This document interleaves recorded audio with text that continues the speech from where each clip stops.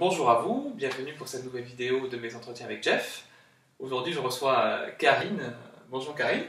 Bonjour Jeff. Donc Karine qui est fonctionnaire. Est-ce que tu peux nous en dire un peu plus sur ton métier Karine?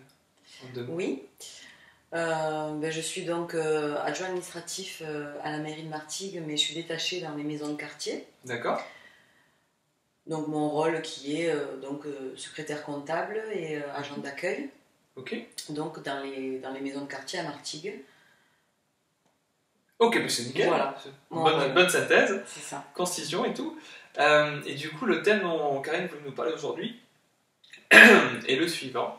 C'est en quoi les coups du sort nous font grandir. Donc Karine, vas-y, je t'en prie. Je te laisse partir parce qu'il te passe par l'esprit. En fait, dans la vie, forcément, il n'y a pas toujours des choses qui sont faciles à vivre, positives. Et moi, personnellement, par ce que j'ai vécu ces derniers temps, je me suis rendu compte de certaines choses. Et finalement, une déception amoureuse, d'autres contextes vraiment pas agréables à vivre dans tous les domaines, que ce soit familial ou qui ont fait que on rentre dans une souffrance intérieure. Ouais. Et on a tendance à se dire qu'est-ce qui m'arrive, qu'est-ce que j'ai fait pour vivre ça, et puis cette période-là finalement elle est très utile parce que c'est une période où on va se remettre en question. Ouais. Et où on va justement aller chercher au fond de nous toutes les ressources qui vont nous permettre de nous relever et d'avancer et d'aller même plus haut que ce qu'on était avant dans ce certain confort de vie. Voilà. Donc il y a cette période de souffrance, en fait, finalement, elle est très très bénéfique parce qu'elle permet de rebondir sur d'autres horizons, d'autres possibilités. On s'ouvre. Voilà. L'instinct fait que cette période, on la vit parce qu'il faut passer par là. Donc c'est quelque part, si je comprends bien, un petit peu un électrochoc qui nous sort de nos habitudes, qui nous oblige du coup à prendre du recul, à prendre de nouveaux repères, et c'est l'occasion de se remettre en question, de changer, du coup de progresser. Complètement, c'est totalement ça. Ce temps-là où on est vraiment pas bien du tout, on n'a pas conscience en fait de ce qui nous attend par la suite, parce que on est un peu assommé par les émotions. Par les émotions, c'est ça complètement, par les émotions, on est en une forme de souffrance. Et concrètement, dans les faits, comment ça se matérialise, cette prise de conscience? Est-ce que ça se fait seul? Est-ce que ça se fait au contact d'autres personnes? Il y a forcément les deux. Donc les ressources intérieures qui font que, à un moment donné, on se dit, on va pas rester comme ça. À quoi j'aspire? Je veux que ma vie redevienne comme à la hauteur de qui je suis, et puis du moins que je me sente bien, voilà. Et donc ça, c'est nos ressources propres qui vont petit à petit se développer, avoir envie de faire des tas de choses, de reprendre son quotidien et de même développer des choses et d'apprendre, de grandir. Et après, forcément, les ressources extérieures. Donc, juste pour les ressources internes, si je comprends bien ce que tu dis, Karine, c'est vraiment se reconnecter à ses envies, quelque part. C'est ça, se reconnecter à soi. Et moi, personnellement, on va dire que la méditation, un outil que j'ai appris, qui a été par le biais de ressources extérieures. D'accord. Donc, c'est justement en parlant, quand forcément, de communiquer à l'autre, alors à ses amis, aux proches, c'est beaucoup plus facile. De manière tout à fait insouciante, on va se livrer parce que ça fait du bien de se livrer. Mais de notre côté, l'effet qui peut venir par la suite, c'est que ces personnes-là nous tendent des perches, nous aident justement à rebondir et à nous amener dans des situations meilleures. Et notamment moi, donc, j'ai découvert la méditation comme ça. D'accord. Et la méditation m'a beaucoup aidé justement à me centrer et à aller justement voir ces ressources intérieures, et puis vivre l'instant présent, ce qui est aussi très important. et prendre du recul aussi sur les situations.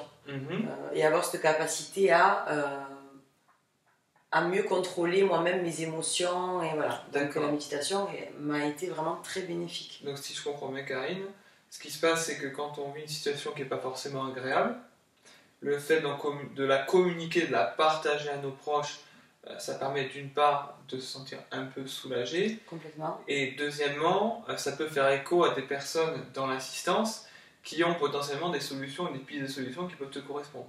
C'est ça. Et du coup, oui, c'est un petit peu, c'est un petit peu du réseau quelque part, parce que là, du coup, c'est quelqu'un qui t'a conseillé la méditation, c'est ça?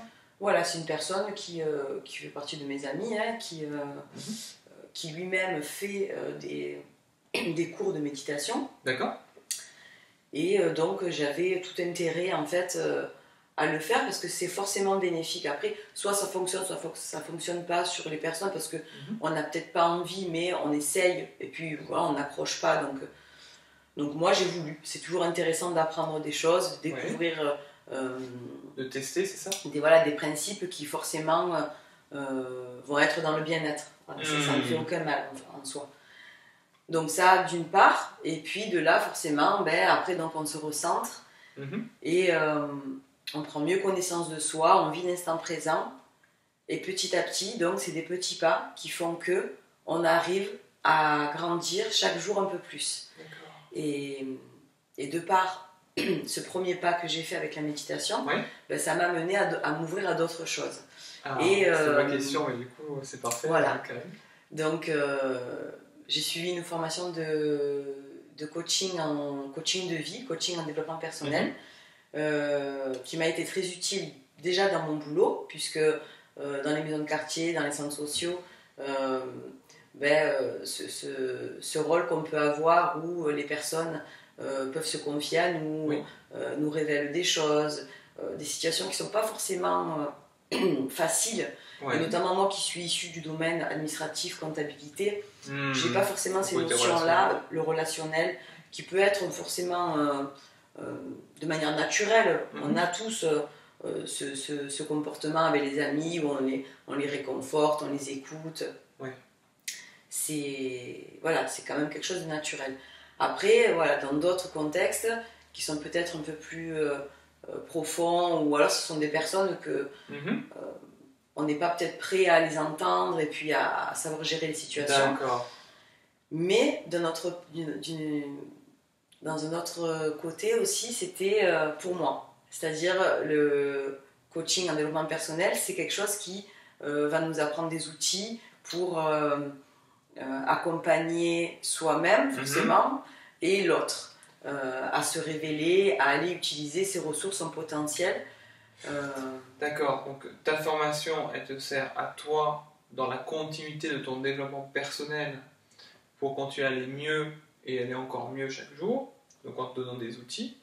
Et ces outils-là te servent aussi pour, du coup, améliorer tes interactions avec les autres personnes. Exactement. Et je suppose que tu peux les appliquer aussi aux autres personnes pour les faire grandir également. Bien sûr, c'est ça. Mais le coaching en développement personnel, c'est totalement ça.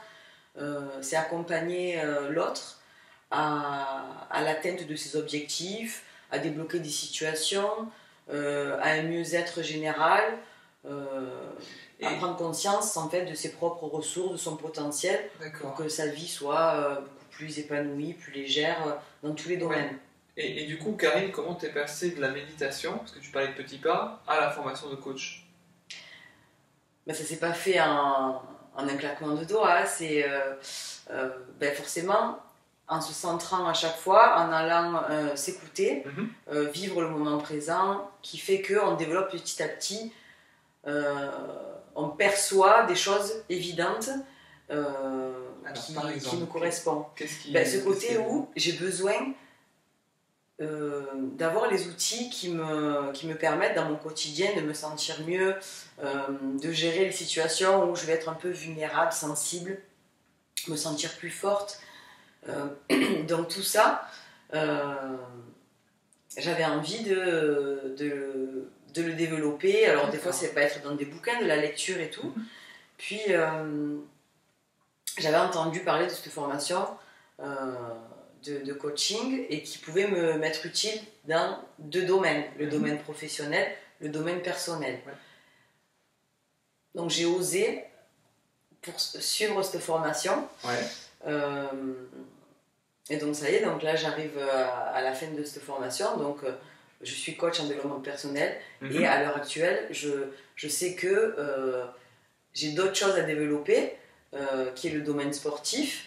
Ouais. Et ça a été justement le travail sur moi, le fait d'acquérir ces outils qui permettent de se développer, de grandir, d'aller justement reconnaître nos potentiels, ce qui nous anime, ce qui fait sens dans la vie.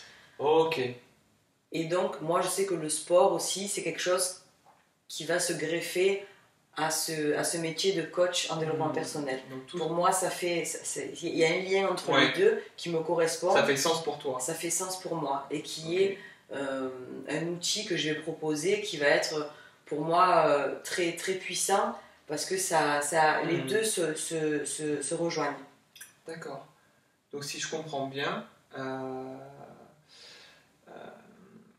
les outils permettent de se reconnecter à qui on est réellement, à ce dont on a vraiment envie, ce qui fait sens pour nous, et de continuer à développer cette unicité que nous avons. Écoute, merci beaucoup Karine. De rien, c'était avec plaisir. Et puis à bientôt j'espère. À bientôt. Et merci à vous.